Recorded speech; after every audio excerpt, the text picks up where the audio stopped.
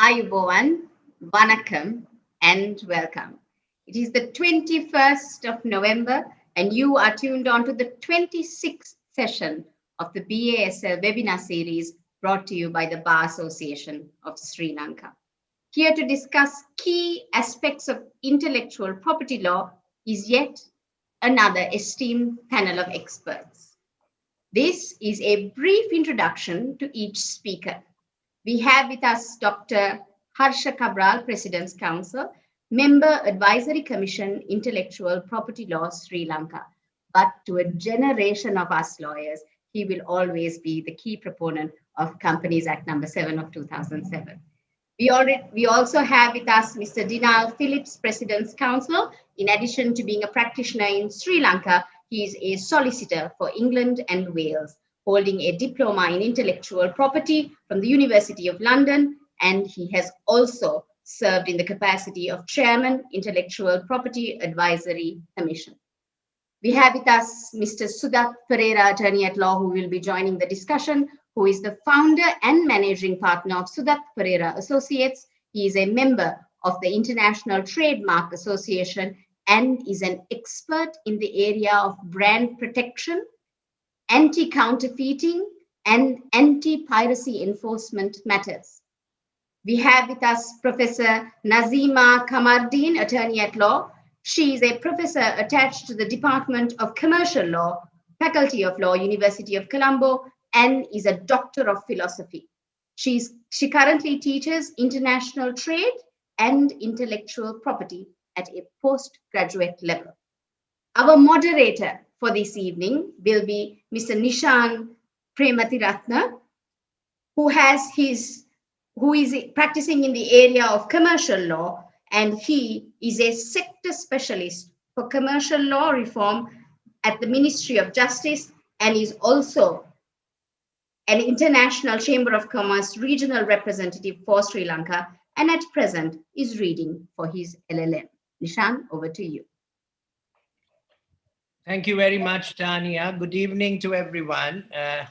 It's an honor and privilege to be on the webinar series of the BASL.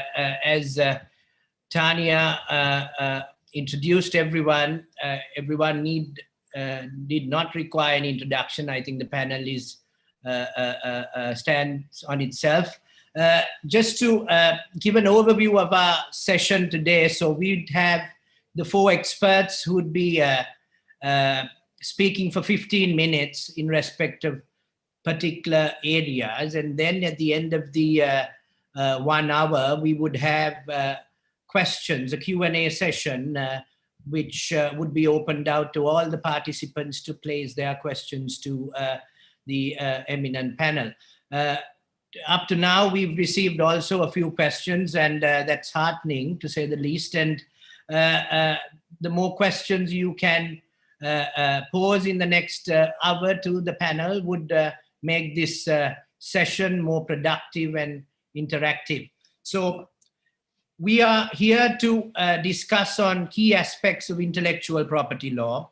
Intellectual property law, the way I learned it several years ago, was explained to me to be something from bed to bed. From the morning you wake up until you go to bed, you deal and interact with different aspects of intellectual property, elements and facets of human creation and human creativity. So we've got an Intellectual Property Act, which comprises of several sections, several chapters, which cover copyright to industrial designs, to patents, to trademarks, to integrated circuits, to unfair competition.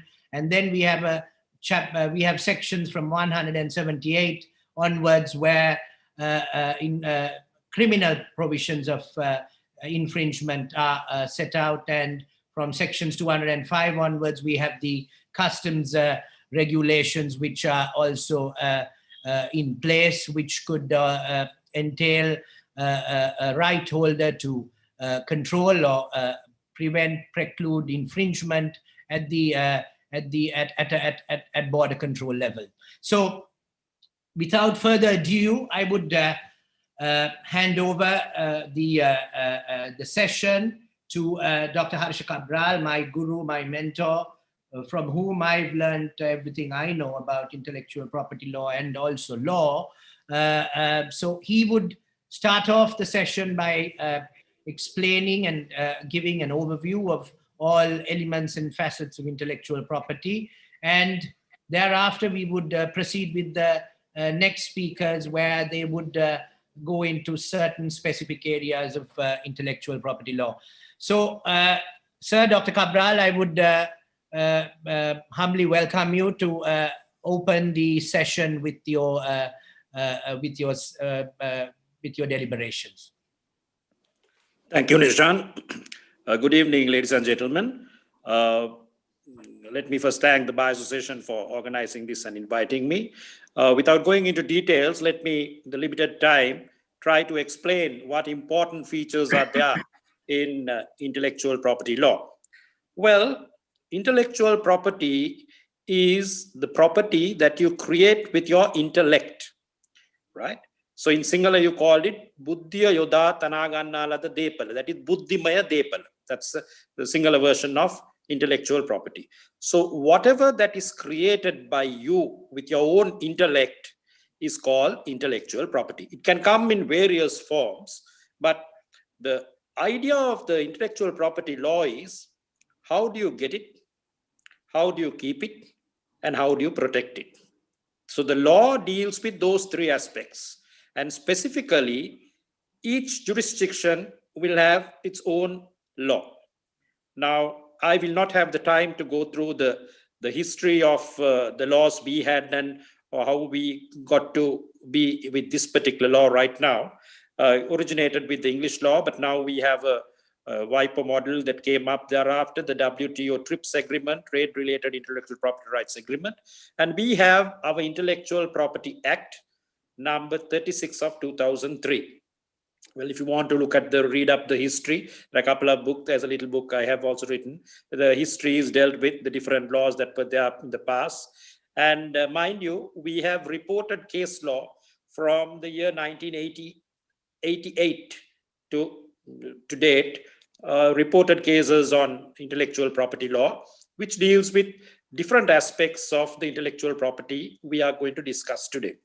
So overall, this particular Act, 36, Intellectual Property Act number 36 of 2003, is a modern piece of legislation, modeled on the TRIPS agreement and blessed by the WIPO World Intellectual Property Organization, and very well structured, and except for a very minor amendment, we haven't had any amendments from 2003. But there are a couple of amendments in the pipeline, and if the question time, if there are any questions, I will deal with them.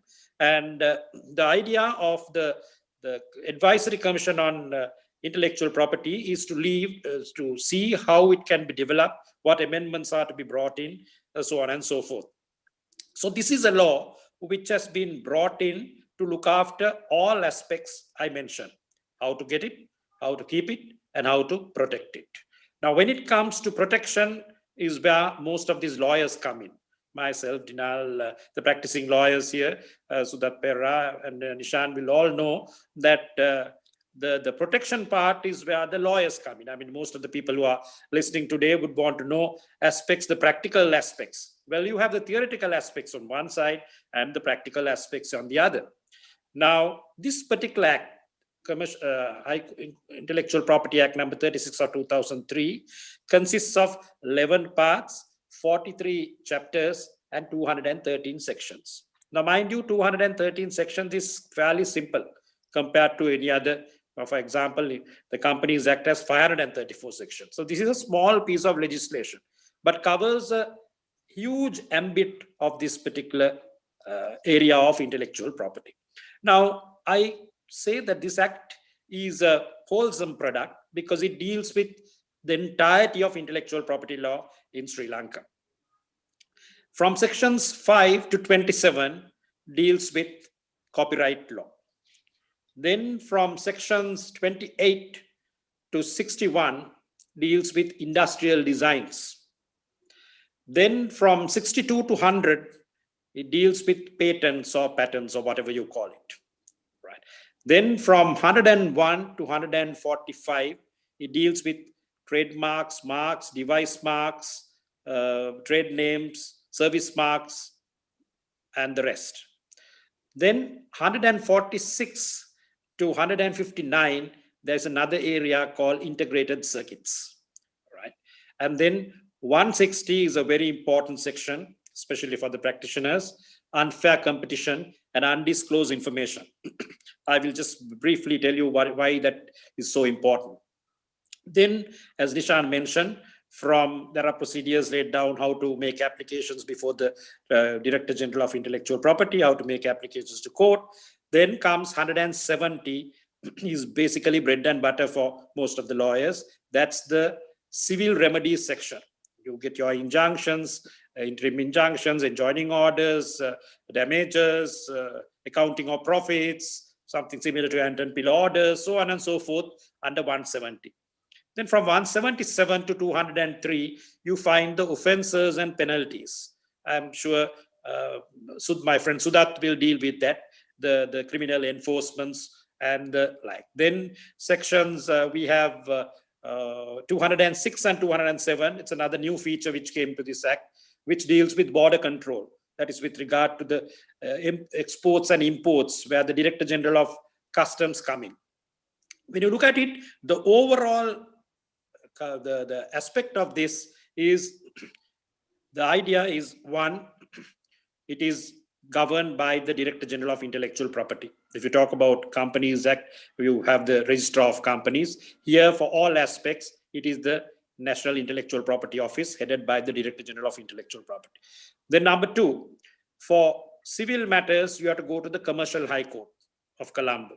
Under that, all island jurisdiction is with the Commercial High Court, which was created by High Court Special Provisions Act number 10 of 1996, which works fairly well compared to other the justice systems, and with one appeal to the Supreme Court. And so all island jurisdiction, if an infringement takes place in Jaffna, you have to institute action in the Commercial High Court of the Western Province. Then for civil criminal matters, you got to go to the Magistrate Court of the area. If the infringement takes place in Vattala, you go before the Vattala Magistrate Courts. Then for import-export, it is the Director General of Customs, that is the border control, that again, Sudat will deal with. I believe with the civil part, when Dinal dealing with trademarks, he will touch on that.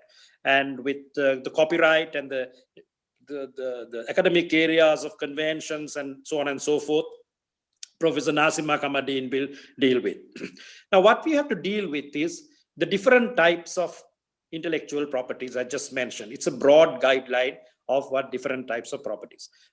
Just take the first one, 5 to 27 deals with copyright. Now, the entire law of copyright is in 22 sections. Will you call it difficult?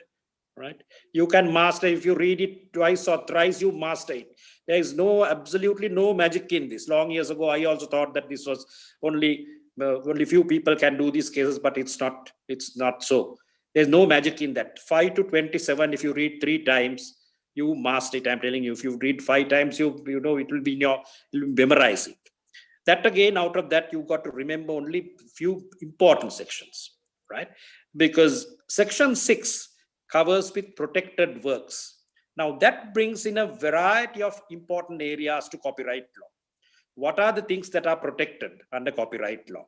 Now it becomes a lot of importance brought in here because computer software is also included in that list. So the digital arena or the information technology is attracted under the copyright law. So the future digitalization, everything, right? If you talk about electronic commerce or everything, there is a fairly important area to deal with under the copyright regime. That is why intellectual property has become very important, because it is moving times. Then section 9 is economic rights, section 10 moral rights, then section 21 you find the 22, the protecting the how do you protect injunctions, damages, the civil remedies for the copyright infringement, so on and so forth. 10 deals with the 6, 9 and 10 are the main important. So if you look at copyright law, you got to understand section 6, protected works, section 9, economic rights, 10, moral rights, 22, how to protect your rights, and so on and so forth. Right? So it's a huge area, but the law is only minimal. It's a very important area. I'm sure Nazima will deal with that in detail. Then you have to keep in mind, in Sri Lanka, copyright is not registrable yet.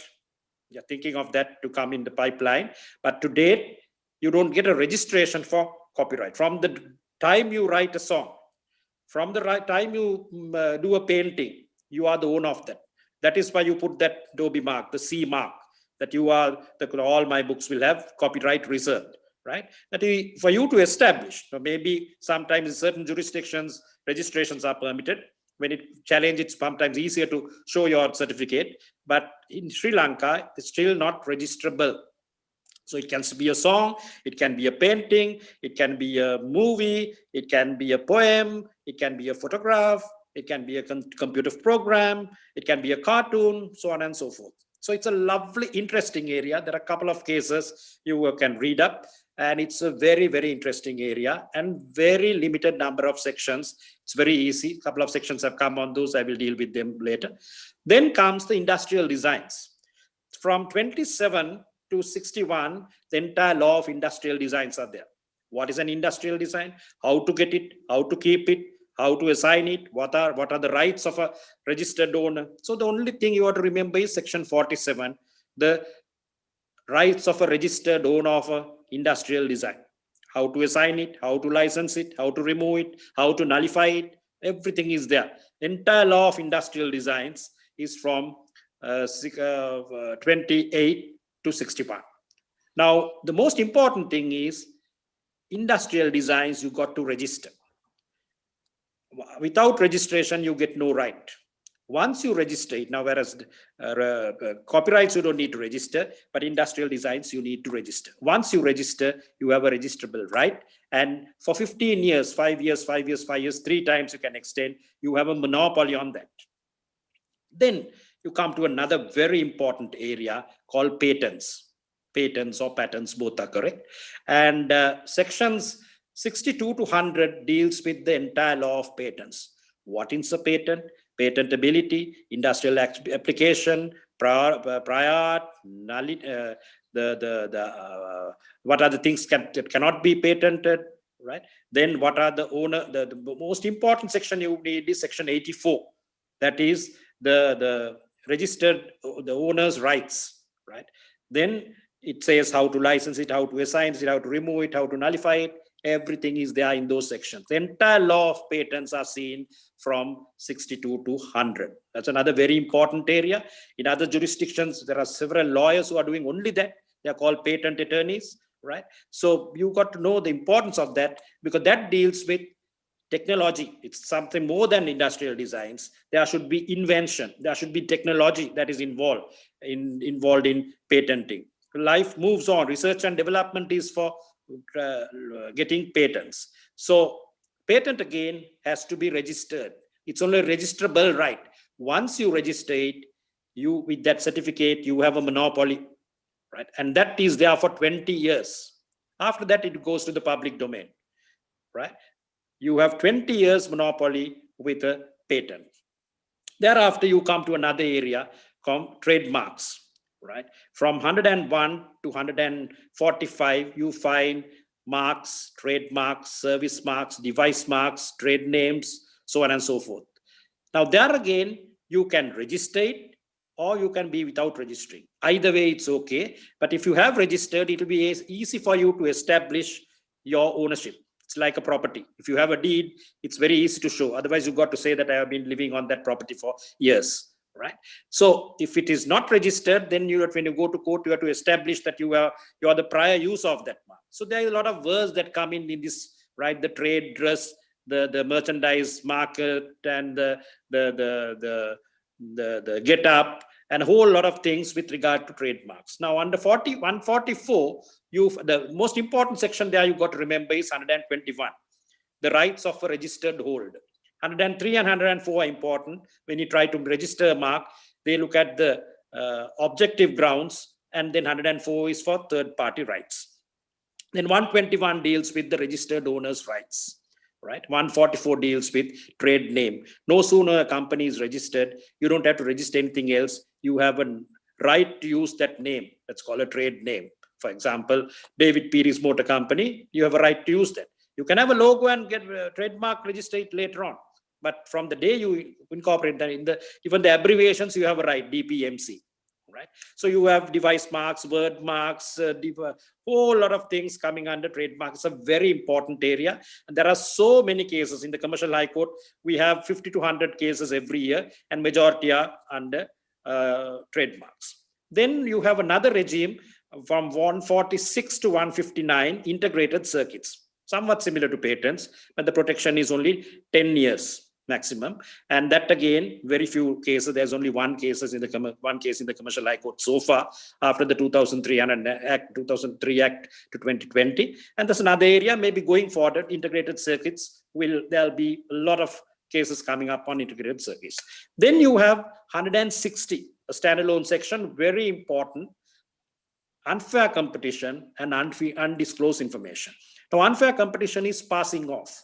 Most of the cases where you don't have a trademark registration, but if someone is trying to copy your mark or infringe your mark, you can come and establish you're the prior user, and this is trying to piggyback on my mark, and you can go to get relief under that.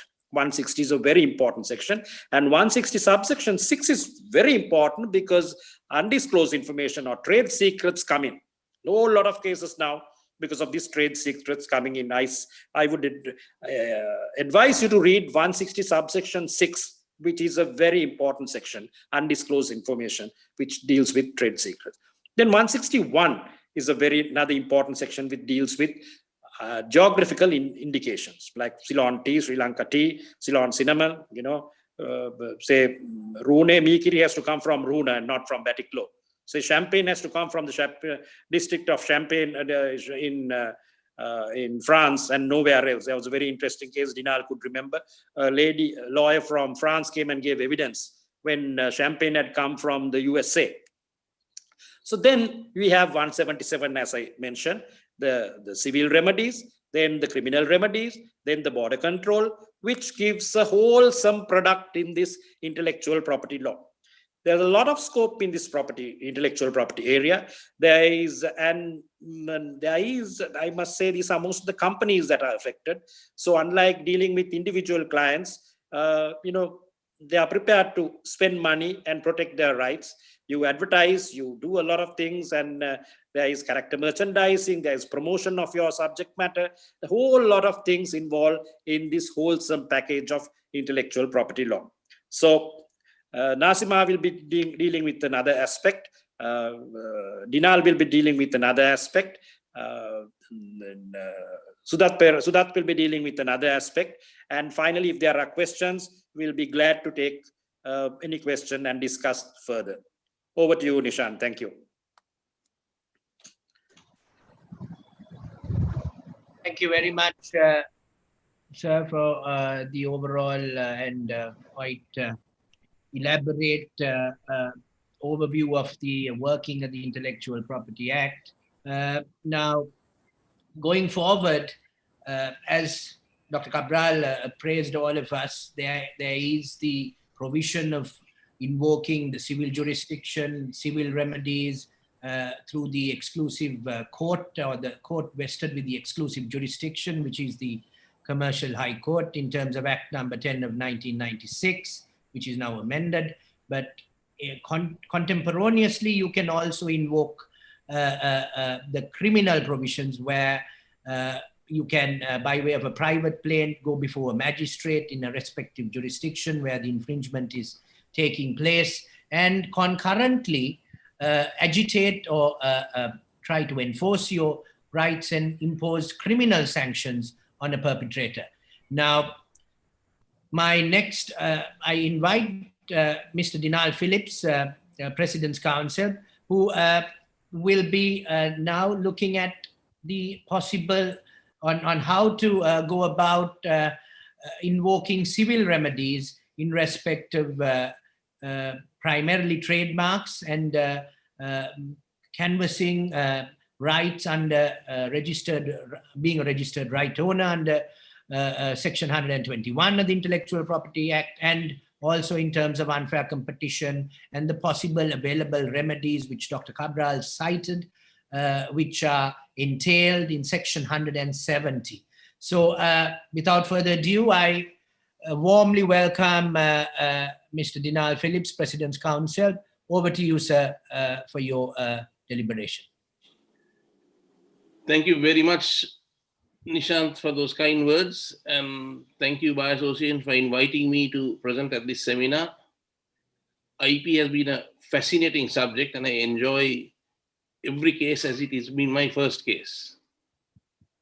As there's not much time, let me start off straight away. Now, if you want to institute action in this area, as Dr. Cabral and Nishant said, it's the Commercial High Court, and that the jurisdiction is empowered under section 212 of the Act. So whether you're an onion grower in Jaffna or a BD wrapper in Kegol, you all got to troop into the Colombo Commercial High Court. In the old days, it was the district court, but with the amendments of the law, subsequently, everything is buttonhole to Colombo. And if you look at the earlier acts or the earlier enactments that were there, all had intellectual property disputes, all came into Colombo, perhaps because NET still is the commercial hub. Now, getting into litigation, yes, most trademark or IP actions are based on trademarks because that's probably the most convenient area. And there are very few patent and copyright cases that are there. The trademark cases are there in large numbers, there regularly. And because of that, I want to dwell on two areas which I feel are very, very important to a potential litigator. One is, and also to the learned judges who might be hearing, or people who want to be judges on this area.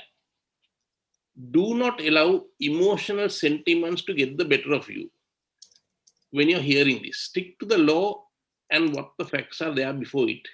Quite often a defense is trotted out. Oh, we are a small organization. There is the big giant coming to crush us.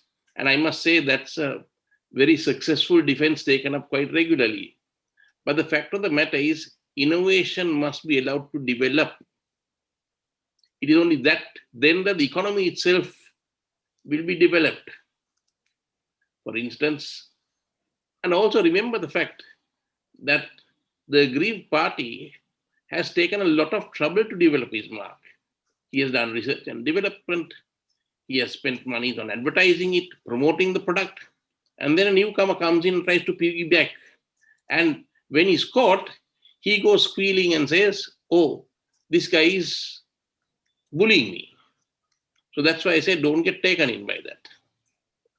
The next aspect that we get into a lot of difficulty is the way to approach the problem.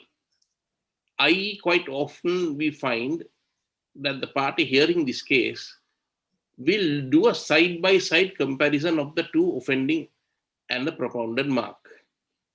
You see, that is completely the wrong approach. What, I repeat it, doing a side-by-side comparison of the two marks is a wrong approach. What you've got to realize is whether the offending mark is likely to deceive the complainant's mark. I.e., what happens is you see these products in the supermarket, or even you go to a boutique and you ask for a cake of soap. Cakes of soap are always in colorful wrappers. I'm giving that as an example. And quite often, the parties will not make an identical copy, which will be a counterfeit, but he'll come close in the color, design, etc. And even the name. I've done dozens of cases for Sunlight. And you've got Sunny White, Snow White, various, the S and the white are always there in the same font. So they're likely to be deceived. So you must remember it's the likelihood of being deceived that you must be considered. The best exponent of that, this aspect which I'm talking about, which is called we practitioners call the Doctrine of Imperfect Recollection, is dealt with initially by Justice Rodrigo, late Justice Rodrigo, in a case called Subiti versus T. Subi Limited. where he compared two T marks. One was called cowboy brand and the other was called boy brand. And he came to the conclusion that the boy brand getup was the two individuals concerned. They were trying to use the word, shall we say, pass off, or now the word is unfair competition, as the original mark that was there in the same kind of getup. The boy was dressed in a sort of similar cowboy kit, though they called it boy brand. So that is a very important aspect to remember, the doctrine of imperfect recollection, and it's not a side-by-side test, which nobody will be deceived. You see, these come in with regard to what you call FMCG products. That is fast-moving consumer goods. You've seen the advertisement coming on the papers, somebody brushing its teeth and making it whiter than white. Or else you see the dishes being washed and there's a nice sparkling sign there with all the dirt around it because this is the washing powder used. So it's in all colorful get-ups. So the people try to come and try to piggyback, use the phrase, on this product that has always been there and widely advertised. The newcomer then goes on it. In fact, sometimes you go to a shop, sometimes the shopkeeper will say, originally can I say duplicate, So you must be very careful. But there is no time when these FMCG products where they are low in value, so you just don't waste too much time doing it. You buy it and chuck it in your bag and go. So those are the two aspects which you have to be very, very wary in dealing with this. Then with regard to particularly trademarks, patents, copyrights, all that, there is a section called 121, which deals with infringements. The infringement really, it's 121 is dealing with trademarks. That is, you go to register your mark, i.e. Dr. Cabral said, it is property. If you have a house, you have a deed for that. Likewise, if you have developed a particular mark with some nice colorings and nice stylized format name, then you go to the Director General, and under section, the Director General will examine your application, and which satisfies all the tests laid down under 103 and 104 of the Act, and you have a registered mark. And if anybody comes close to that, then you bring an action for infringement. It's very clear. And even if the offense is taken outside the shores of Sri Lanka, the IP Act is applicable because the offense commences from Sri Lanka. That is 121 subsection 3. It's an interesting section which was brought in to outlaw the draconian effects made up by a judgment in the Supreme Court called the Rabia case, where it held at that time that offense happening outside the shores of Sri Lanka, the IP Act has no extraterritorial jurisdiction. So that judgment was outlawed because several people piggybacked on the basis of the Rabia judgments and were infringing willy-nilly. So that was outlawed there. Then the other great aspect is what is called unfair competition, which is any act or practice carried out in industrial and commercial activities, which is contrary to, is called unfair competition. Now, that covers a vast spectrum of areas. It's not only your registered mark, sometimes the trade dress is not registered. Then there's protection for appellations of origin like pure Ceylon tea, pure Ceylon cinnamon, champagne. Dr. Kapla mentioned I did the champagne case. Then Scotch whiskey, cognac, which comes from the cognac region. The section 1, subsection 60 deals with all those areas, which is a much wider section. And section 160 of the IP Act has now departed from the concept of passing off, which is old, very English custom. IP was there in the earlier Act, the section unfair competition was there in a very basic form in the Code of Intellectual Property of 1679, which preceded the current Act.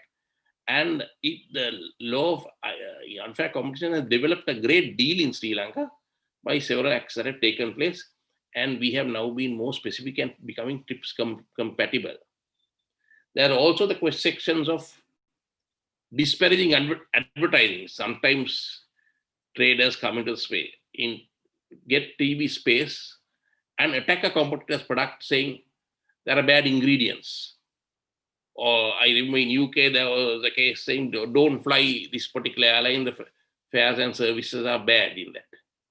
So you can advertise, but you speak good of your own products and the features of your own product, but you don't disparage your competitor.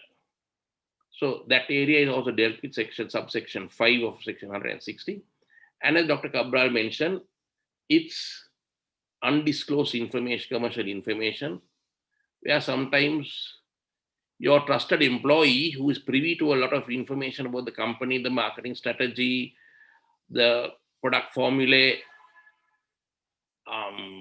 distributor network, all that is suddenly grabbed by a competitor, paying him a higher price, salary.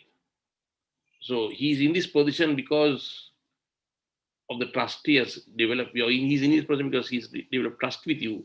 But if he leaves, then he's taking away a whole lot of your confidential information.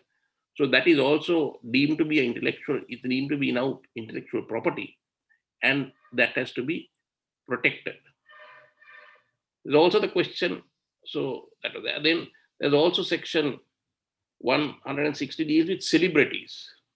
Now we all know Kumar and Mahela have a well-known restaurant called Ministry of Crab, but some brand, Bright Spark, could start doing a restaurant, calling it Sangha and Mahi's Fresh Fish, trying to again piggyback on that. So these are celebrities there, and you're trying to piggyback on their names or their nicknames, as it were.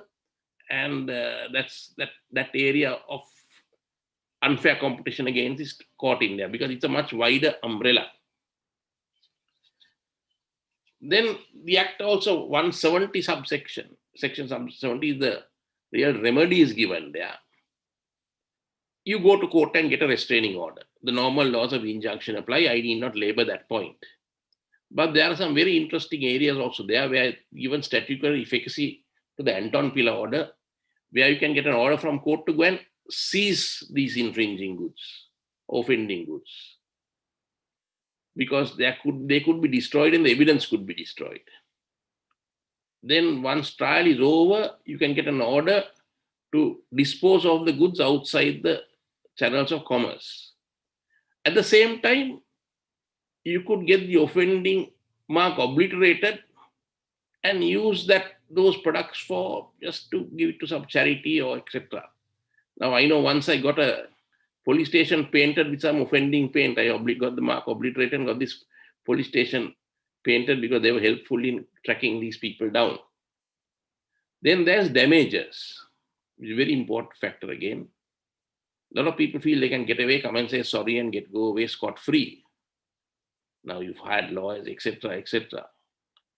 So there's statutory damages from a minimum of 50,000 to a maximum of 1 million. Or else you can establish your damages in court and also ask for a loss of profit. Then there's also another remedy where you can ask the offender to disclose the name and place of the person actually manufacturing it. Quite often a cat's paw is pushed forward and they get away. The actual offender hides behind all that. So those are the areas under section 170. There's another very interesting section, is a very defensive section called section 172 called Declaration of Non-Infringement. You send a letter of demand and before you follow up with a court action, he is into court saying, oh, hang on a minute, this is different to that. Don't give an injunction. So that stalls sometimes the ultimate evil day. That's what we call a declaration of non-infringement. And under section 173, all appeals from the Director General are heard again in the Commercial High Court. That's important to know.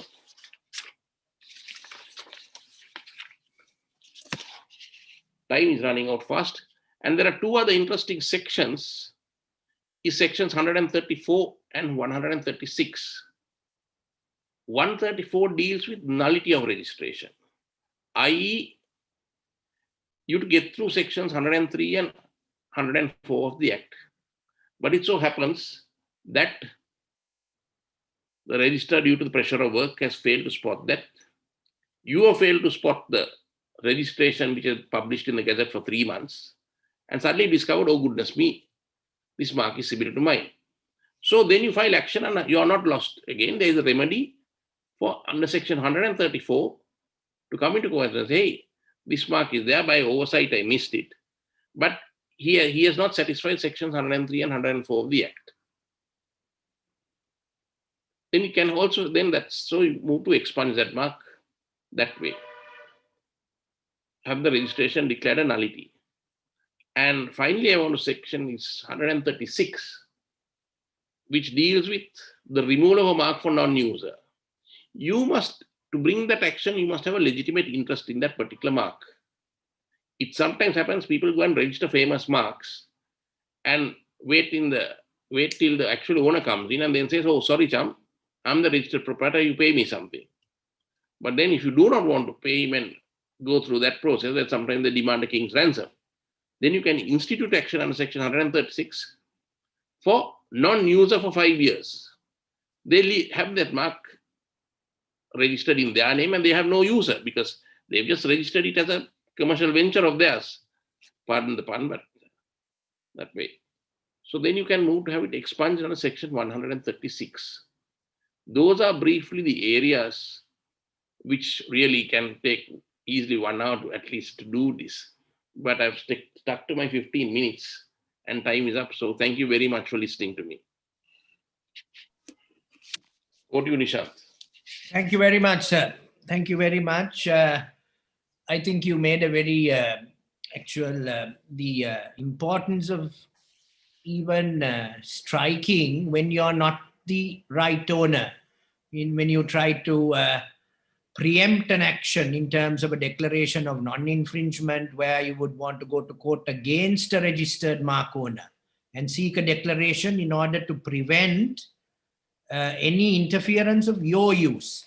And also the 2 sections of section 134 and 136 of the Intellectual Property Act, where one is for nullity, where the mark is deemed to be ought not to have been given registration in the first place. So it is taken out of the register from the day it was registered. But on the contrary, 136, which envisages evidence being adduced to court to demonstrate a period of non-use. So up to a period of 5 years, if a party has not used a mark, any person who is concerned with the mark can go to court and seek a remedy to remove the registered mark owner.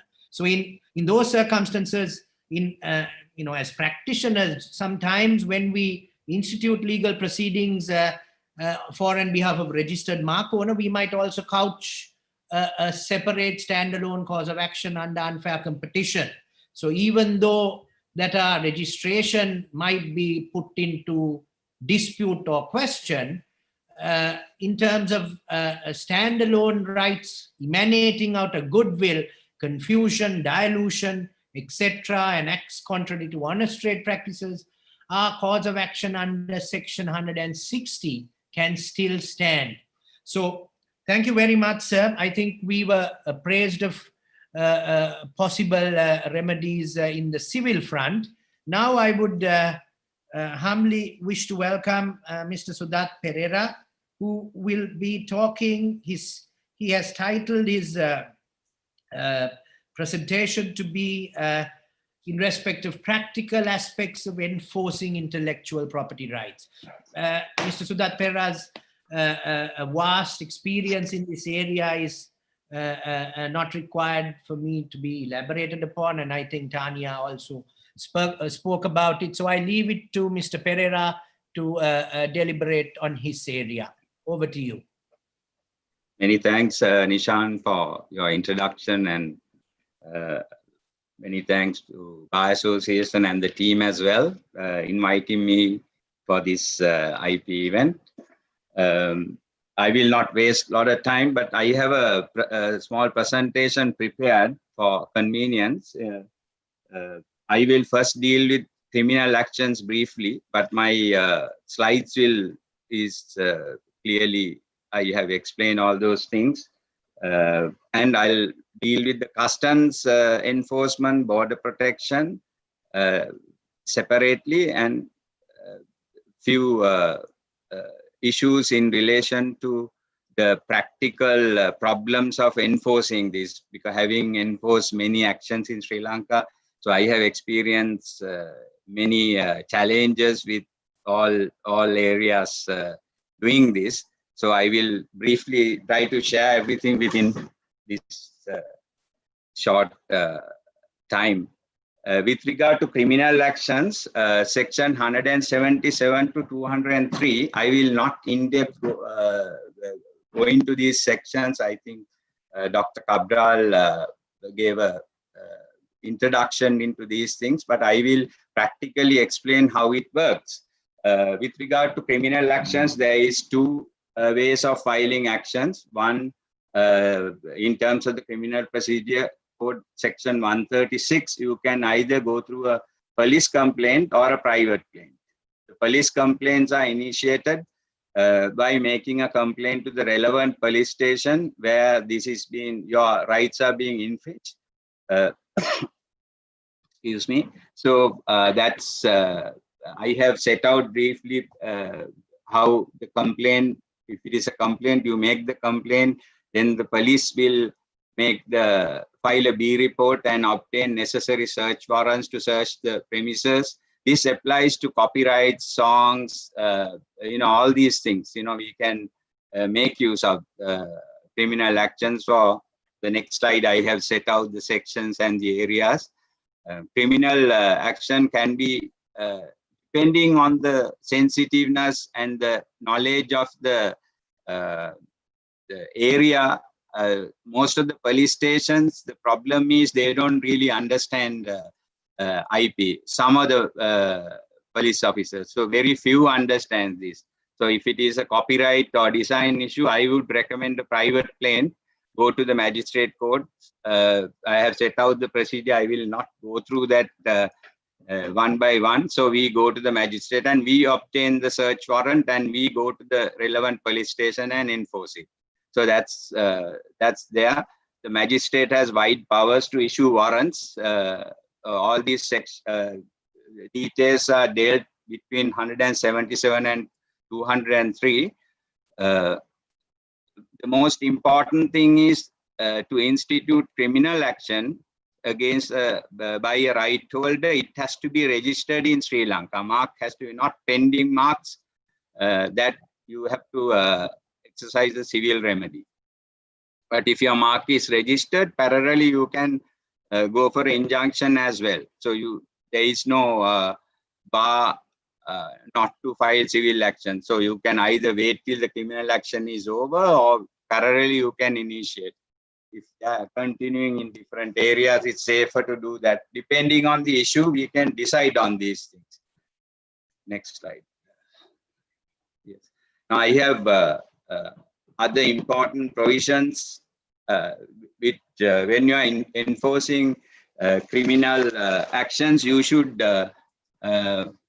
be aware that section 187, offenses by body corporation. So the directors can be liable, but unless they can prove that that happened without their knowledge.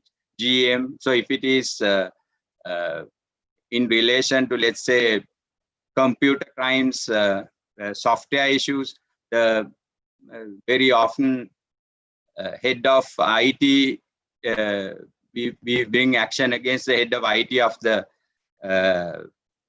the organization, if it is a company. And also, very often police officers are very scared to exercise these things. So then you can explain to them under 170 subsection 11, officers are protected. Customs officers, they can always say public officers, they have very wide protection under those sections. How to, and section 201, these offenses are cognizable and bailable. So that's also something you should know. There is the limitation with regard to filing, say if you find they are infringing infringing your rights, the registered trademark owner's rights. So within after 3 years commission of the offense, charge, or 2 years after discovery of the offense by the prosecutor, whichever expires first, that is the limitation. And with regard to warrant, I was talking about the warrant. The warrants are not mandatory because it's a criminal offense. But however, it is advisable to obtain a warrant as a precaution. When you have to enter premises, house or a shop, it's safer always to have a warrant. With regard to the copyright, section 178 is the relevant section. Industrial designs 179, patents 181, trademarks 184, and all these things, fines are set out. I have created a table. Imprisonment, subsequent offense by the same party, it will be double. You can ask.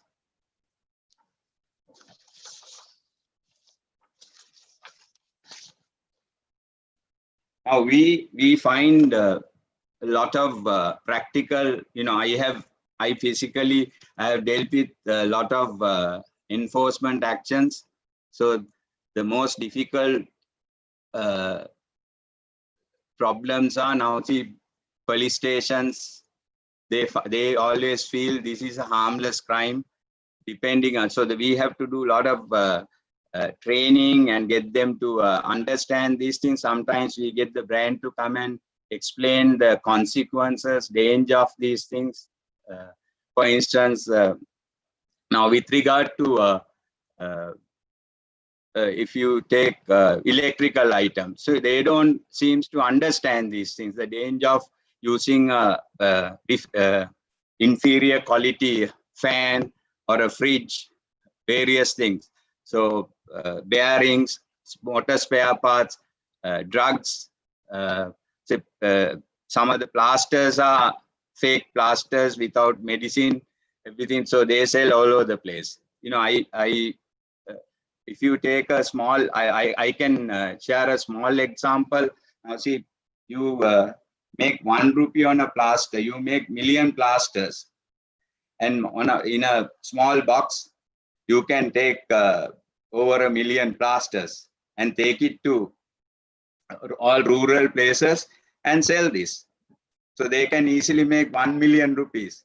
So that money can be used for various like terrorist activities, illegal things, money laundering. All these guys are involved with all these things. Lack of resources for enforcement, also another problem. Most of the police stations, they don't have the facilities to do this, and also storage facilities. When we see large stocks, brand owner has to rent places and also containers to store these things, and without proper facilities. So by the time the trial takes place, if not pleaded guilty, it takes a long time, and the items can get destroyed. So those problems are there. And most of these, especially copyright, with regard to copyright issues, they use high-tech technology, all these things. These sophisticated areas are not known to the police. There is no way they can learn these things. So we try to do it our own way, do training to the police, customs training, brand training, things like that. We try to make them And the other problem is these the courts are not giving, even though you can go up to 500,000. Very rarely I have come across a court for offences of this nature. Maximum would go up to 100,000 rupees, which is insufficient. So I think we need to look at these practical issues. And counterfeiters operate in a very organized way. And when we try to enforce, it takes a long time to engage the law enforcement or the customs. So by the time you take all these necessary steps and get the teams ready, they move their stuff. So you come empty-handed. So they just simply get away. Now that's briefly with regard to the enforcement of criminal actions. So the next slide is with regard to customs enforcement. Sri Lanka Customs has wide powers under this new act, under 125A, 1 and 2 of Customs Ordinance as amended by 36, this new TRIPS Act. A new act, the importation of counterfeit trademarks, goods or pirated copyright goods, or any other goods in contravention of the Intellectual Property Act 36. That I will not repeat that. Now 125A, 125B were amended to the Customs Ordinance brought by way of section 206 and 207. Earlier it wasn't there, so now it's provided, so we can make use of this. Now, in other countries, when your mark is registered in the country, you can record that mark with the customs. But right now in Sri Lanka, we are lobbying to get that piece of legislation amended. But it doesn't happen. So, but we have an informal way of recording marks with the customs in Sri Lanka. So whether it's recorded or not, you can still by initiating by the brand owner, if they have information that someone is bringing their goods into Sri Lanka, their trademark or copyrighted goods. Now we recently seized a lot of Disney products, spare parts, very often other food items. So but you have to engage with the customs to get these things done. They also can, if you can go through the chart on the right side, ex officio powers, by using their ex officio powers, they can seize the goods. And then they have to inform the brand owner that procedure needs to follow: record evidence, forfeit, and then destruction. So by the brand owner, if he know that some shipment is coming, so they can write to the customs. DG can initiate the seizure, detain the goods. Then within 10 days, in terms of the Gazette 1523 of 22 dated 2007, that sets out the procedure how to write the letter, the request, and all these procedures are set out there. In terms of that, you make the request. Thereafter, within 10 days, you have to file action either in the magistrate court or commercial high court. So it's always better to file action in the commercial high court. Commercial high court, you can make the customs DG purposes of notice to inform that we have taken action. He can file the case there and complete that part. And then once that is done, the next step is customs also will have an inquiry.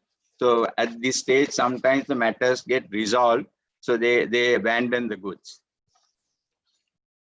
The problems faced with the customs, we have very often these goods, they bring in mixed cargo containers.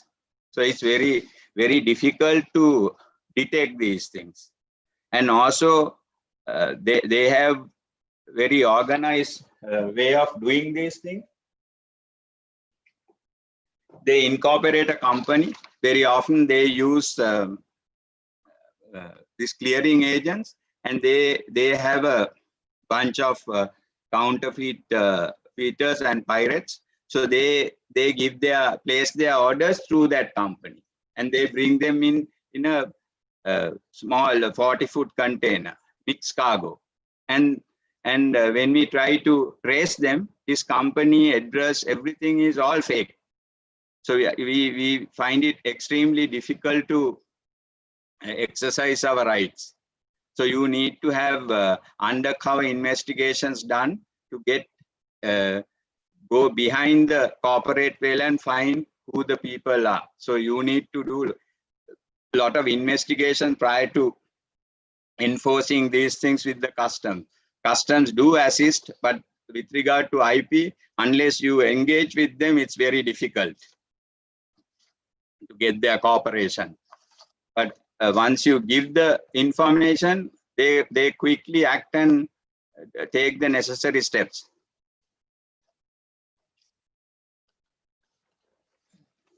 So mostly customs, we need to do very often training, brand training, show them how to identify these things. Once they seize, we have the right to ask for samples to identify whether they are fakes or not.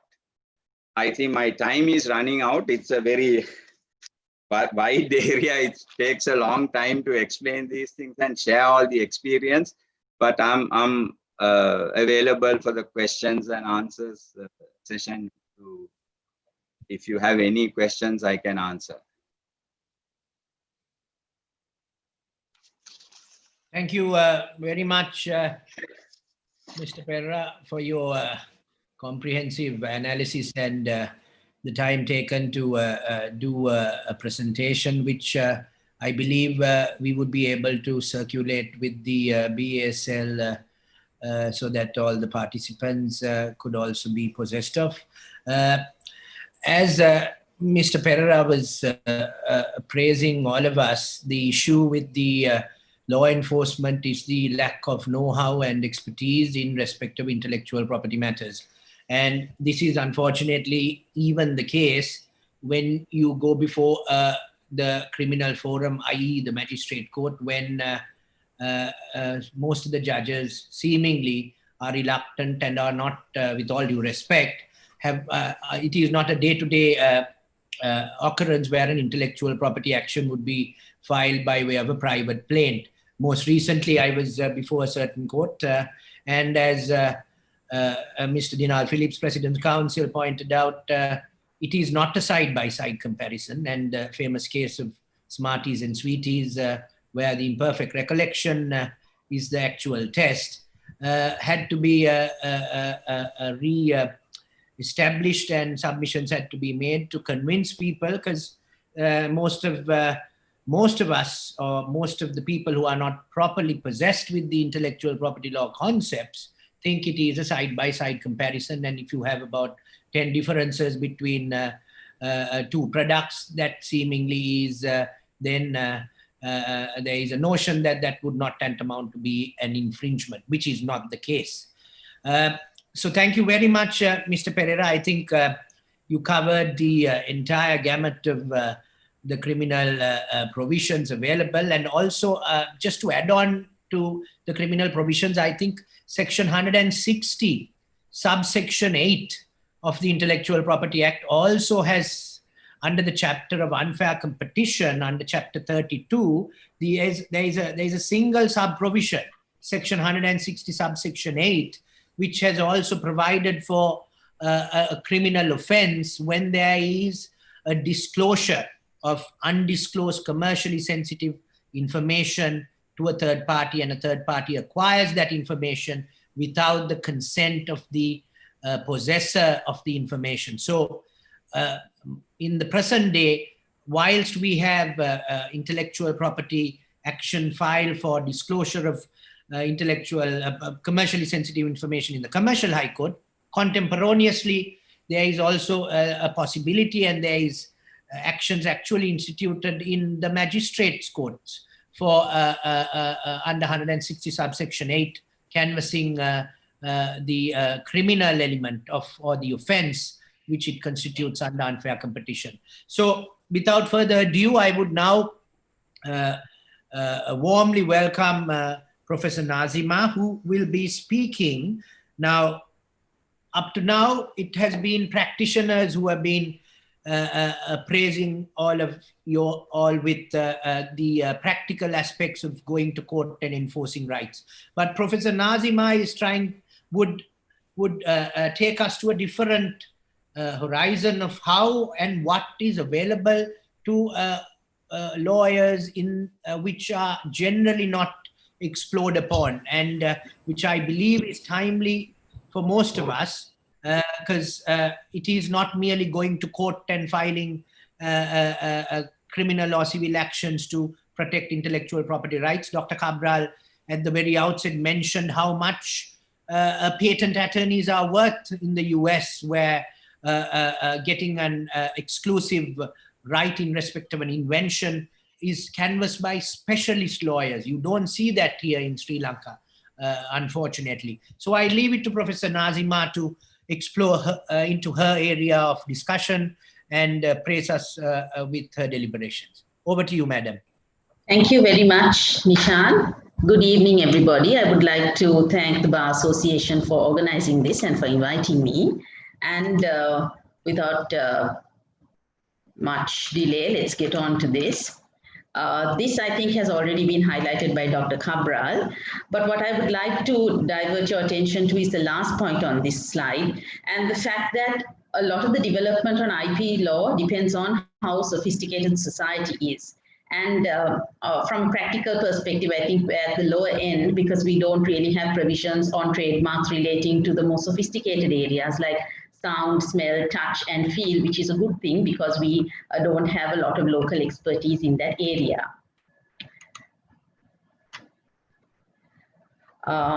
Looking at an academic view, it's an optional subject. And I know all the people who are practicing now and who are seniors, they are all self-taught.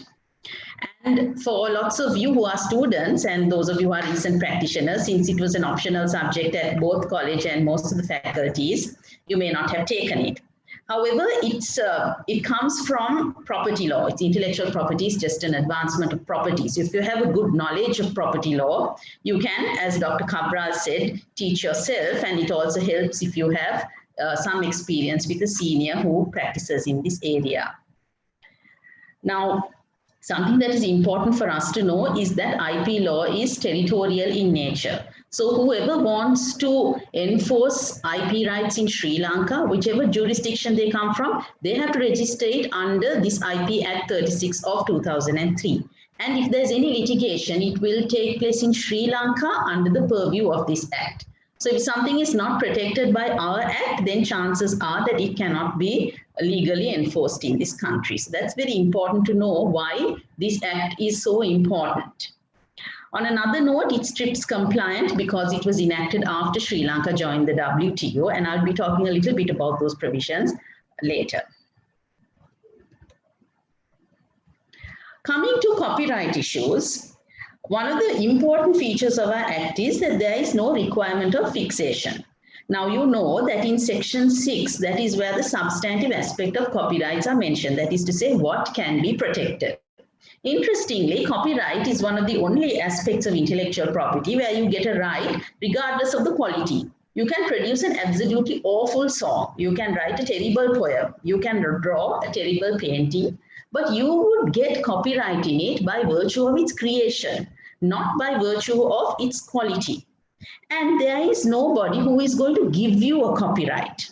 What copyright officers in foreign countries do is merely give you a date stamp, which is very important when you want to establish a right of priority. However, in most jurisdictions, the element of fixation, that is to say, show me where you have recorded this or written it so that you can reproduce it and show me, is there. In Sri Lanka, neither do we have a repository for copyrightable works. We also don't have the requirement of fixation. And therefore, someone who wants to prove that their work is the earlier in time, which is the requirement for you to get the copyright above a competing claim, will require legal assistance in discharging this burden of proof. The next issue that I think is outstanding, and it is really high time that the legal fraternity got into this, is to establish and run copyright collectives. This is already provided for by Section 25 of this Act. Now, what a copyright collective does is that it does all the hard work for an artist who cannot and does not have the time and maybe the resources to monitor how and in what instances his or her copyright is being infringed, because in today's era, not only of so many music and video channels, but also of the internet, it is extremely easy for this copyright infringement to take place. However, it is a very sad fact that though copyright is one of the areas in which we have a lot of local innovation, there is little or no activity in this area. To my knowledge, there are only 2 copyright collectives and they are not all that functional. And since the artists in this country are not using them and we are not providing them, there is a great misappropriation of their work.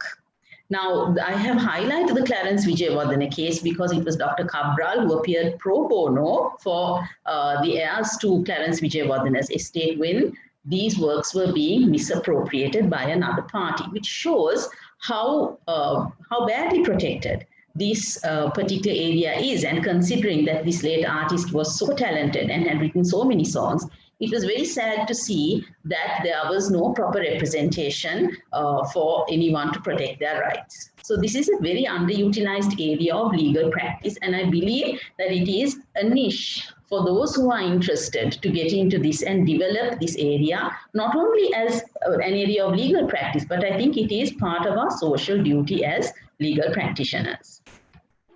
When it comes to patents, Section 63 outlines the requirements of a patent.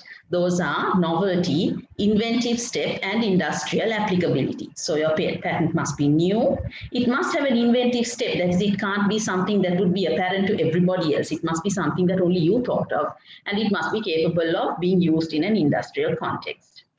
However, as Nishan also rightly mentioned, there is such a dearth of patent attorneys in Sri Lanka. That is, those who are well versed in not only how to prosecute patents, but also how to help clients to draft patent applications. And many of the local patent applications are poorly drafted, and then subsequently it leads to them being challenged and revoked. I am highlighting your attention to the Maximus case, which was heard in the Commercial High Court, where it was a process patent, that is for the manufacturing of handmade paper using elephant dung. And then there was someone else who was doing the same thing, making elephant dung paper products, and then the plaintiff filed action. And the defendant counterclaimed that the patent was null and void, at which point the evidence revealed that the art of using animal dung to make paper was in use at least from 1986. And mind you, the process was similar to that used by the ancient Egyptians in the art of making papyrus. And these facts had been declared in the patent application itself, so that there was no ill faith on the part of the applicants, which led the court to decide that there was absolutely no novelty and no inventiveness in this patent, and then the patent was declared null and void by court. The case went on from 2008 to 2017, at which point this judgment was delivered, and I do not know whether it has gone up higher to in appeal. So this is only a High Court judgment. Then, before we get on to geographical indications, I would just like to mention another area on patent law. Now, since Sri Lanka's Act was really brought in to capture all the elements of Sri Lanka having joined the WTO and having to honor a lot of intellectual property obligations as brought in by the trade-related investment intellectual property law agreement, we do have a lot of provisions that are TRIPS compliant, and one of them is the incorporation of some of the provisions of Article 31, which deals with how you can maybe restrict the rights of patent holders. And in that context, since we are looking at the COVID-19 pandemic, and now there are a lot of questions about what's going to happen if there's a vaccine, there were provisions on parallel imports and compulsory licensing in Article 31, which subsequently drug companies tried to really whittle down. But then there was a Doha Ministerial Conference in 2001. And in Doha, what they did is they didn't amend Article 31. They just allowed a different interpretation of it. So now a government can interpret what it means by a national emergency or a state of extreme urgency. And a government can decide if there is a state of national emergency or extreme urgency, that it is then going to issue a compulsory license. And those provisions are already included in our Act. In Section 86.2, we have provisions for compulsory licensing. And just above that, 86.1 subsection 4 deals with parallel imports. So if we were to be faced with a situation where a vaccine or a drug is developed and we find that the prices are exorbitantly high in Sri Lanka, there is a provision for the government to issue a compulsory license to get its state pharmaceutical corporation to manufacture the drug. And if such corporation is not competent enough to manufacture the drug, to get it imported from somewhere else. So those are some positive provisions. They have not been used all that much, but they are nonetheless available. Moving on to GIs, which Dr. Cabral also mentioned, the Ruhunu curd, and I'm happy I have it in my slide.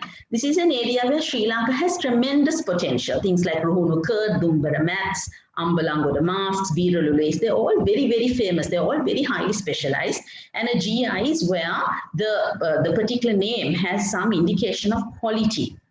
However, we have only 3 GIs in Sri Lanka so far: Ceylon tea, Ceylon cinnamon, and Ceylon sapphires, which I believe is on the verge of getting the GI status. And these are not registered as GI because we don't have a registration system, but these are registered under the trademarks regime as certification marks. Now, this is a very complicated area.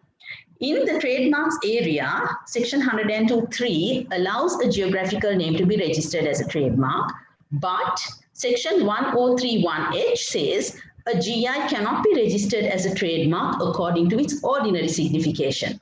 If you take these two, the cumulative effect is a GI can only be registered if it is not a geographical name according to its ordinary signification. What does this mean? So, for example, you cannot register Nuwara tea because according to its ordinary signification, tea grows in Nuwara. So, it is highly likely that it is an ordinary signification trademark. But if you wanted to register Nuwara umbrellas, you could.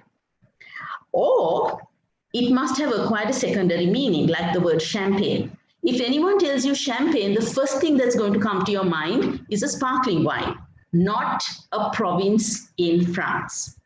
But acquiring a secondary meaning is extremely difficult, and very few trademarks across the world have managed to do it. So this is a very, very tough area for anyone to register a geographical name as a trademark if you're going to follow the trademark routine. What did we do? We have been singularly lucky that Ceylon is now a fanciful name. It doesn't really depict a geographical region. And that is why we have been able to register our GIs as certification marks, because we are using Ceylon, which a lot of people outside Sri Lanka think is the same name as Sri Lanka. But we know that we can get by because Ceylon is no longer a real geographical name. The problem with certification marks is that if it is a GI, it does not have a claim to exclusivity. The proviso to Section 142.3 says you can register a geographical name as a certification mark, but you don't get exclusivity, because if someone else in good faith is producing that product, they also can use the name. The whole purpose of getting a GI, the whole purpose of getting a trademark is to have exclusivity. Otherwise, if you advertise, you will be promoting other people's product. So it is a very tangled area. And something that we have done that is positive is we have extended the protection, originally reserved only for wines and spirits. We have extended it for all agricultural products and food. That is to be protected against using the words like, similar, imitation, things like that. Okay, so that's one positive area in our law. But because we don't have a registration system, we haven't had many registrations. But the good news is that the law reform is in the pipeline and it should come out very soon. And then there will be a lot of, I think there should be a flood of GI registrations, and the lawyers who are in this area should be at the forefront of helping communities who do have GI registrable products to get the GI registration. As an example, I have just given you, India has had a GI registration law for a long time and has over 350 registered GIs, which help to promote all these rural industries. Okay, so coming to my conclusions, I would like to say that the law relating to IP in Sri Lanka does have a lot of opportunities for practitioners, and I've just highlighted a few of them, and we only are utilizing a small area. But I think that you need to utilize all the available provisions, and when the reforms come in, to look at those areas also, because I think this innovation culture, that is where development lies in. We need to innovate, and to do that we need to have and utilize the law meaningfully, and in that way we can maybe help our society to get on with something that is meaningful in terms of their development. So thank you very much for giving me this opportunity. Back to you, Nishan. Thank you very much, Madam. Thank you. Just my screen went missing. Yes. Yeah. Thank you very much, Madam. That was quite comprehensive and eye-opening to all of us attorneys and lawyers who might get into a misconception that everything is about going to court and trying to find clients who want to institute legal proceedings to protect and enforce their rights. And in respect of the case you highlighted, Madam, I think in respect of patents, the most important aspect of what I believe is the ability for a patent attorney or for a lawyer to be able to capture properly what the party's claim is in respect of the invention. When going through the prior art, i.e. the existing technology, and doing searches in respect to the prior art, one needs to be able to draft the patent accordingly so that the claim is not too broad, where it could be struck out for being in existing technology domain, or it should not be even drafted in a very narrow way where you might actually be unable to stop an infringement. So being able to specialize oneself, to equip one's attributes to draft a patent, I think is something which we lawyers can learn and explore future ventures into. And now I think we have gone through the panel and their deliberations and presentations, and I think we should now open the platform for questions. And before I look into the questions which have been posted on the Q&A, I wish to draw out some of the questions which have been posted prior to the commencement of the session. And the first question is on what Professor Nazima spoke to, and that is in respect of the possible corona vaccine. So this, it's Radhya who has posted this question. Radhya queries to the effects, asking us, would the existing patent law in Sri Lanka facilitate the speedy access to a COVID-19 vaccine, assuming that an MNC like Pfizer does obtain a patent for their upcoming vaccine? Could I put that question to you, Professor, for your Yes, thought? certainly. So what we would anticipate and what the world is anticipating is that whoever produces this vaccine is going to make it available at extremely concessionary rates.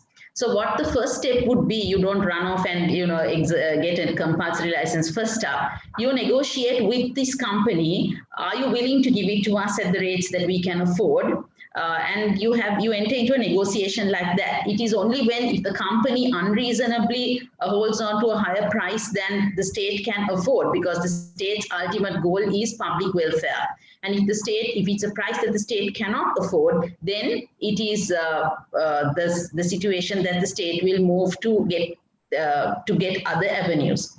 However, you can only get a compulsory license if the drug is already registered in your country. Otherwise, you don't have access to the patent application, right? So as a first step, that could be done. And I don't really see it happening in a small country like Sri Lanka. If you're a big company like Pfizer, this is an extremely small market. So this is just a hypothetical. What we would practically be looking at is for the WHO to facilitate through some mechanism, a process by which this drug would be freely available to all countries. Otherwise, compulsory licensing is also not going to be a viable option for small countries like us. Thank you very much, madam. 3 questions have been posed to Dr. Cabral. The first question is, do performers in Sri Lanka have the right to prevent others from performing cover versions of the songs originally sung by them? That's question number 1, sir. I will, shall we get an answer for that, sir? And then we would proceed into the next question. Yeah, because of the time factor, I will refer to the section straight away. Under section 17 and 18, the answer is there. Answer is yes. But the correct right holder has to safeguard the right. The correct right holder can go to court and prevent whether it's a cover version of the creation. That is 17 and 18 deals with the aspect. Now, Nishan, I will take the other 2 questions are also connected. I will straight away deal with 2 and 3 also. Second question is, section 19, subsection 1 of the IP Act states that, quote, where a sound recording published for commercial purposes or reproduction of such sound recording is used directly for broadcasting or other form of communication to the public or is publicly performed, a single equitable remuneration for the performer or performers and the producer of performers and the producer of the sound recording shall be paid by the user. Is there a possibility to kindly clarify the difference between broadcasting or other form of communication to the public and the words publicly performed? There again, the answer is there in 19 subsection 1 itself. Publicly performed is by way of a normal Sangita Sandarshana or whatever, where you're doing it to the public with a loudspeaker then and there, or in a say the other way of broadcasting, other form of communication to the public is broadcasting or other communication can be by way of TV or radio or whatever other form. So the answer again is clearly there in 19.1. Then the third question is, in view of section 19 subsection 2, is the performer entitled to claim from the producer half of the sum received by the producer in addition to the amount received from the user under section 19 subsection 1 of the Act?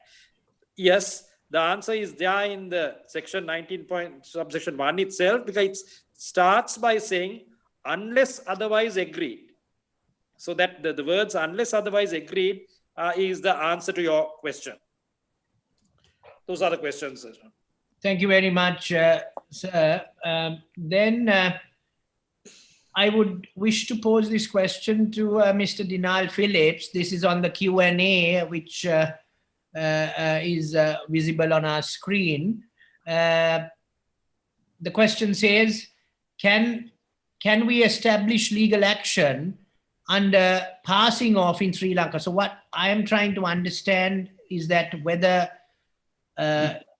in addition to action under unfair competition whether a common law right of passing off can be also agitated. What is your thought to that, Mr. Phillips? In my view, the answer, I'll give you one word for that, no, because unfair competition now encompasses the concept of passing off well into it. That has been my position in recently. I've taken that position up and I've dealt with the question of the development of passing off into unfair competition. Very well, sir. Very well. Yeah, if I may add to that, Dinal is correct, because passing off is now subsumed in 160. Earlier, under the old act, it was 172.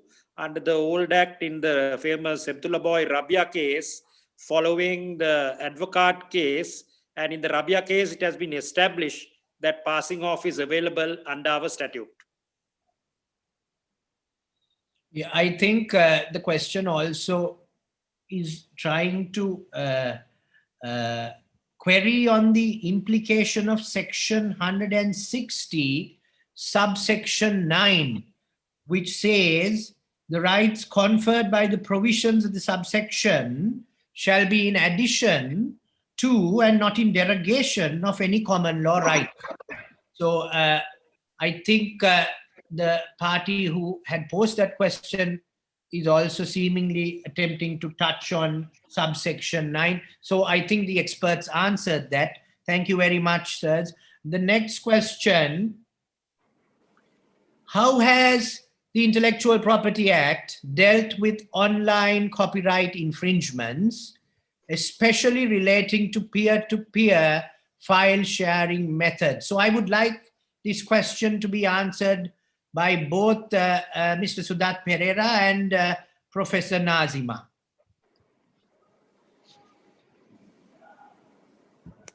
Mr. Pereira, you want to go first, please? Well, can you explain that question little more? How? Well, online infringements. Yes, That and peer-to-peer basically file sharing methods. But so we based on the circumstances, evidence, we'll have to make a decision. So obviously, if there is no commercial gain in this whole process, so we need to find whether that is there. Now, see, sometimes you find, I'll give you a different example. Now, eBay, it's an auction site. So the people sell various things, counterfeited. But there you can take action against that. You know, if you have this thing, you can, now these auction sites are very advanced. They have teams monitoring whether these parties anyone is violating IP rights. So now those mechanisms are there. Even all social media platforms, they have these things. Now, the most important thing is whether there is a commercial gain. Maybe you share a file for university, or depending on circumstances, only we'll have to answer that. You need to have specific evidence to give a clear answer, in my view. Understood. Now, see, online violations, there is software now to detect these online violations. Then once you detect with that evidence, you can, we can, in terms of the IP Act, we can file a civil case or a criminal action. But filing criminal actions is going to be challenging here. As I explained, there is making them understand. So the safest thing would be to go for a civil action. So that is well within your control. And you can do UDRP actions also, depending on these things. But I don't know whether my answer is whether I answered that particular question. Understood. Because it's not very clear. Yeah. Maybe professor may be able to. What my understanding is, it is possibly in respect of these online downloads of media, movies and songs and torrents and those sort of things is what I gather. Nishan, can I add something to that? Yes. Now, this issue of file sharing was seen in the US, I think about 15 to 20 years ago, and they took stern action against it because what the file sharers were doing is they were doing it almost like a private transaction, one-to-one, to prevent this it being targeted as a massive transaction. The first issue to see is, I mean, what is a fair use component there? What Mr. Sudat Pereira said was completely right. You need to look at what is the commercial value of this transaction. So the person sharing was saying, I'm not doing this for money, I'm just sharing with the person. But we have to look at the overall transaction to see is if you, even if you are not gaining money by it, you may be preventing the original owner from profiting because now you have listened one more person who wants your song, movie or whatever it is, because now that person has got it from someone else. Right? So there the commercial detriment to the original owner is because this consumer's wish has already been fulfilled. So to that extent, then file sharing is also something that violates the copyright holder's rights because you are now already you have catered to that market by providing it free. So as he quite rightly pointed out, a lot has to do with how do you prove this? What is the evidence? What is the extent of it? And that is why even YouTube nowadays has removed a lot of this large content. It does not allow people to share entire programs of something or complete songs or whatever. It takes it off because now we are not looking at whether the person giving it is benefiting economically, but by the action, whether you are depriving the original right holder of their rights. So to that extent, if this is going to take place on a larger level, already in foreign countries they have banned it, then we will also see that happening. Thank you very much, madam. Thank you very much. Another copyright related question. Thank you for providing my question is, if a singer copies the lyrics and the melody of a foreign song, what remedies does the original author have? Question mark. Is it fair to say that the translation by the local singer is original, hence entitled to copyrights protection?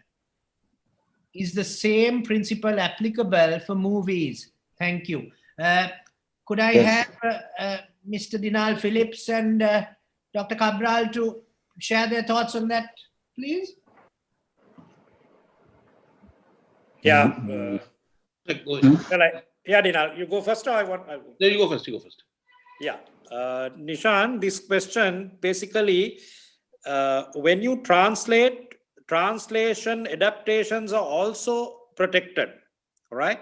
But in certain cases, without the permission, you cannot translate. Now, I can't translate Othello to Sinhala without the rightful ownership, and it has to be Shakespeare's Othello. Because now the economic right is gone, only the moral right is there. The best example is a case I did, is where the Charles Dickens' Great Expectations was done in Sri Lanka by Mr. E.R. Eratna, called Romage Vasanava. It was an adaptation. The story was the same, the characters were different, and it was called Romage Vasanava. And there were two university professors together with a top listed company televised this on Rupavahini, saying that they did a teledrama out of this Romage Vasanava book, and that teledrama with 18 episodes had the title Subha Anagatyak. And this Subha Anagatyak, it is on the screen itself, it says Romage E.R. Eratna Suringe Romage Vasanava Namati Poteng Uputa Ganna Ladi. Right? So they acknowledge it, but they didn't want to pay anything to the rightful owner, E.R. Eratna. They asked for very small amount, 15,000 or something for the episode. And unfortunately, when we went to court, 2 episodes were shown. And this type of cases, you have to get the enjoining order, then only they come and settle. Unfortunately, that particular judge, the decent gentleman, he told us, well, why do you want to stop this? Because I'm also watching this teledrama. So it was the case where we could get the enjoining order up front. And he said, anyway, you will get your damages at the end of the day. It took 11 years, mind you. And in the Supreme Court, finally, the court bulldozed the other party and said to pay 800,000 as the settlement money. And Rupavahini paid that money immediately. And that is what it was settled. But it took 11 years.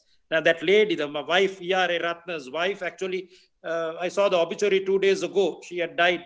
That is famous writer E.R.A. Ratna. So that is the, you have to safeguard your rights, whether it's a translation, adaptation, or whatever. You have your separate rights, but you need to acknowledge, and sometimes maybe you can't say it's my Othello, it is Shakespeare's Othello. Just to, Thank you very much, to, sir. Ms. Nina, I don't know what Harsha says. I agree fully, because you can't grab that. And also this comes back to my pet point. Sometimes the judges hearing these take very flippant attitudes. They don't realize that there's property involved here. There's some value. There's time taken. The same thing in the magistrate's court. That's what Sudat was saying. Sometimes Dinar, you can mention about the drama about the Lionel Vent, you all stopped? No, we couldn't stop. The clients had a pang of conscience. We tried to do a declaration of non-infringement there on Phantom of the Opera. Yeah. And papers were all ready to go into court. But suddenly they felt, we have not got permission, and they went back. So it was love's labours lost, to use Shakespearean term.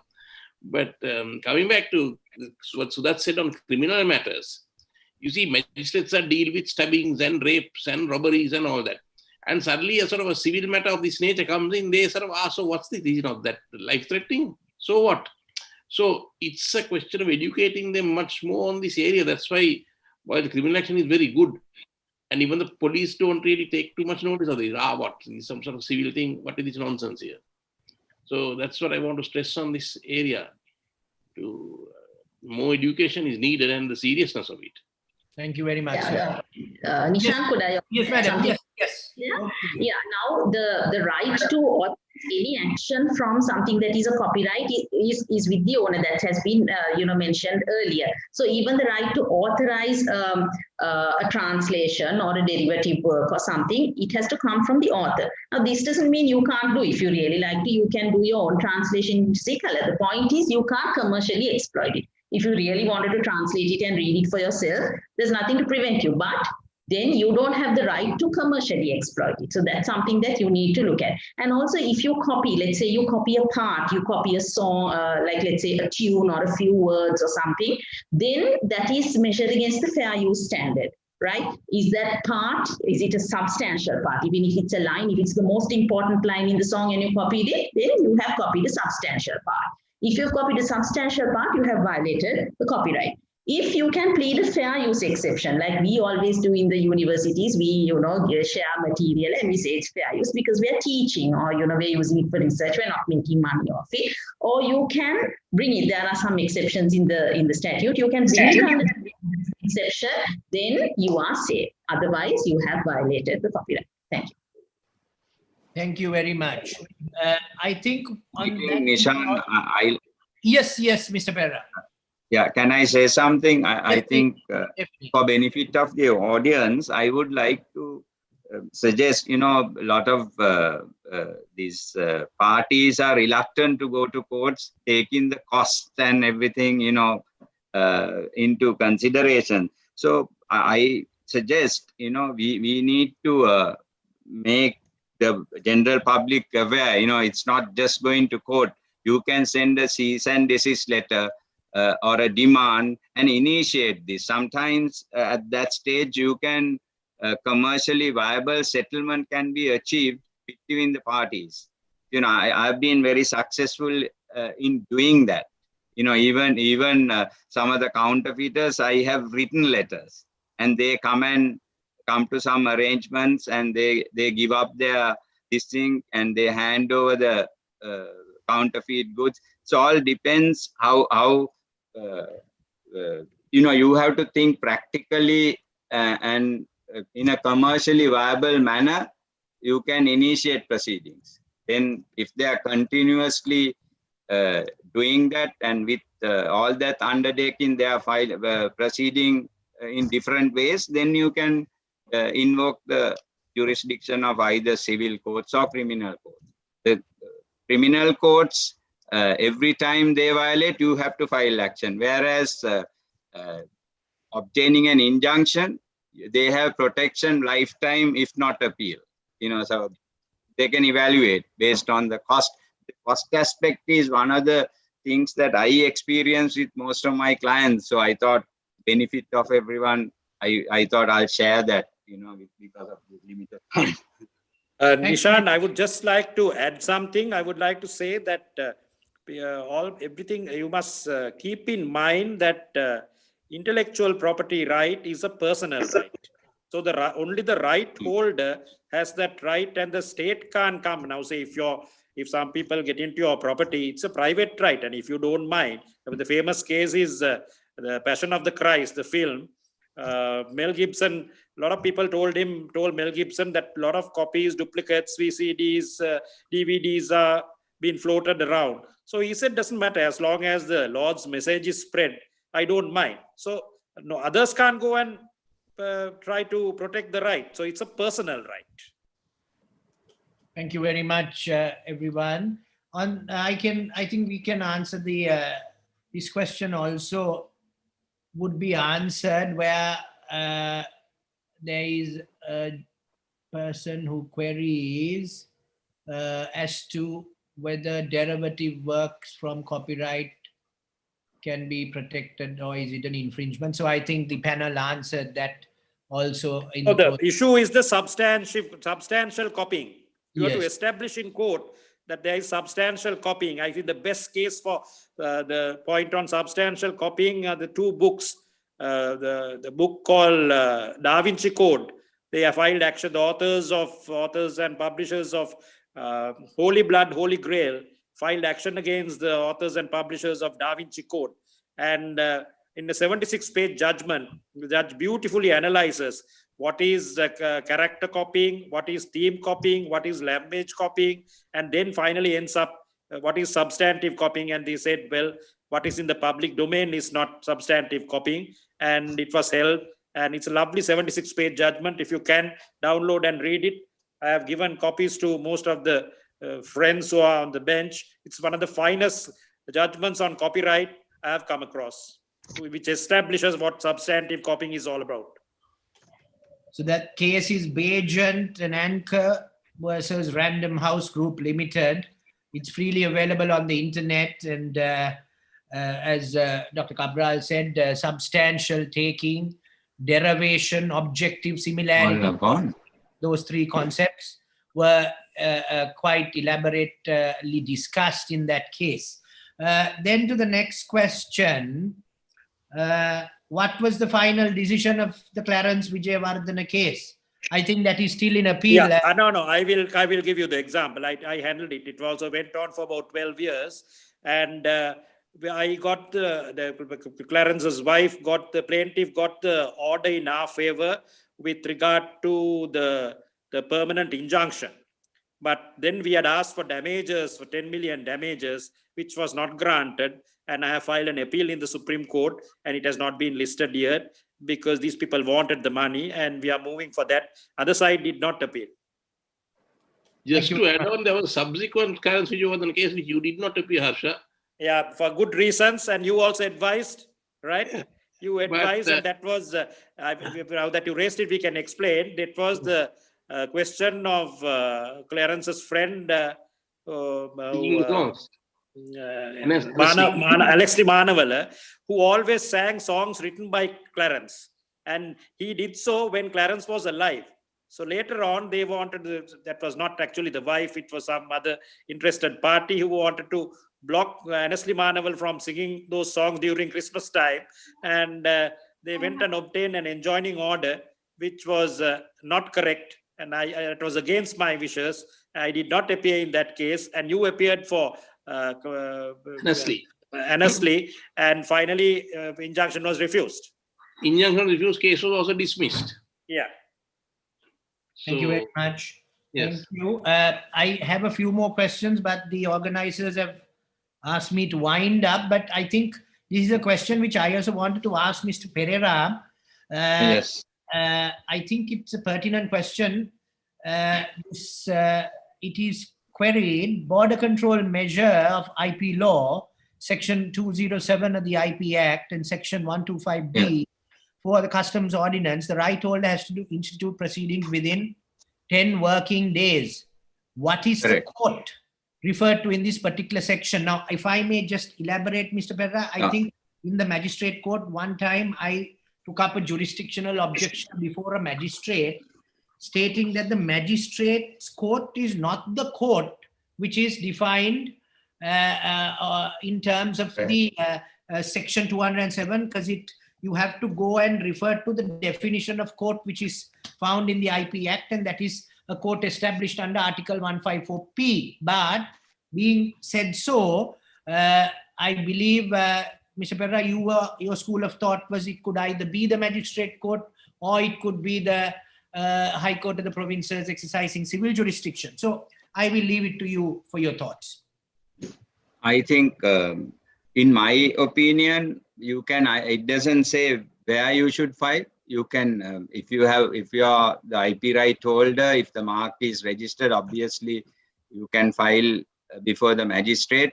But filing in magistrate court, there's a lot of practical difficulties of communicating, bringing customs as a party to notify.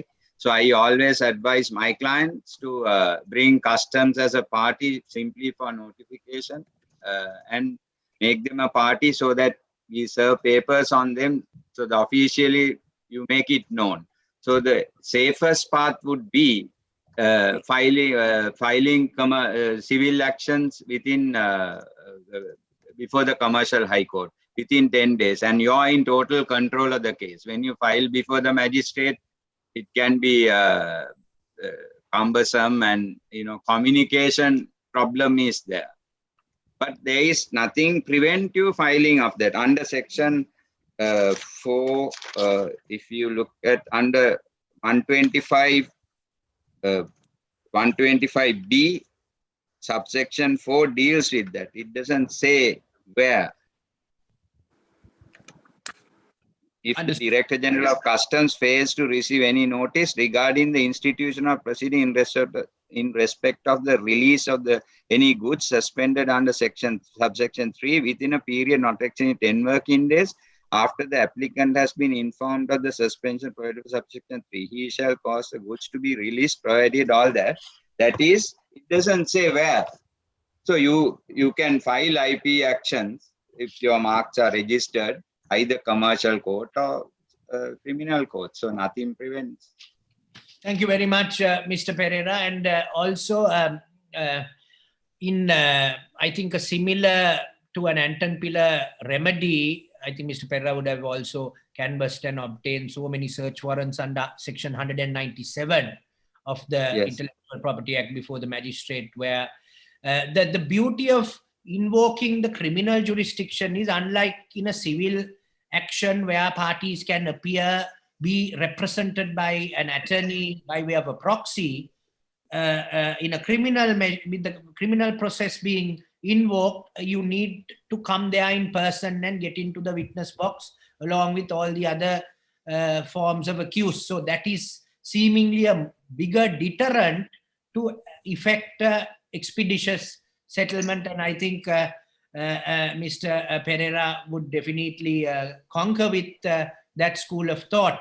And on that note, I am compelled, though the session is very interesting, I am compelled on the instructions of the organizers that it is high time on a Saturday evening for me to wrap up this session. So I would firstly thank each and every one of the eminent panelists, starting from Dr. Cabral to Mr. Dinal Phillips, Mr. Sudat Pereira, Professor Nazima, for all of y'all's immense experience and insight and input put into addressing key aspects, as the session was termed, key aspects of intellectual property law. And as most of us in our own respective manner intimated, this is an area of law where in the LLB syllabus, it's a 1-year